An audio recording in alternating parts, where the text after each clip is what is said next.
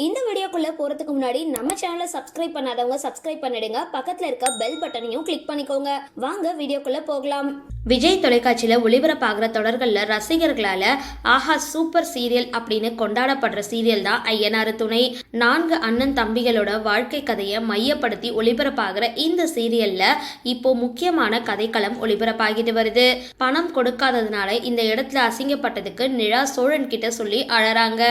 அவங்களோட அழுகைய தாங்க முடியாம சோழன் தான் வேலை பார்க்குற ஓனர்கிட்ட இருந்து பணத்தை திருடுறாரு.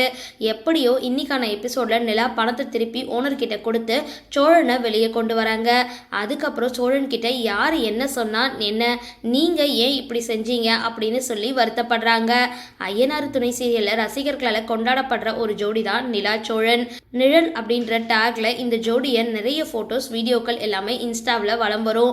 ரசிகர்களோட ஃபேவரட் ஜோடியா வலம் வர நிலா சோழன் கதாபாத்திரத்தில் நடிக்கிற மதுமிதா மற்றும் அரவிந்த் ஒரு நாளைக்கு வாங்குற சம்பள விவரம் இப்போ வெளியாகிருக்கு.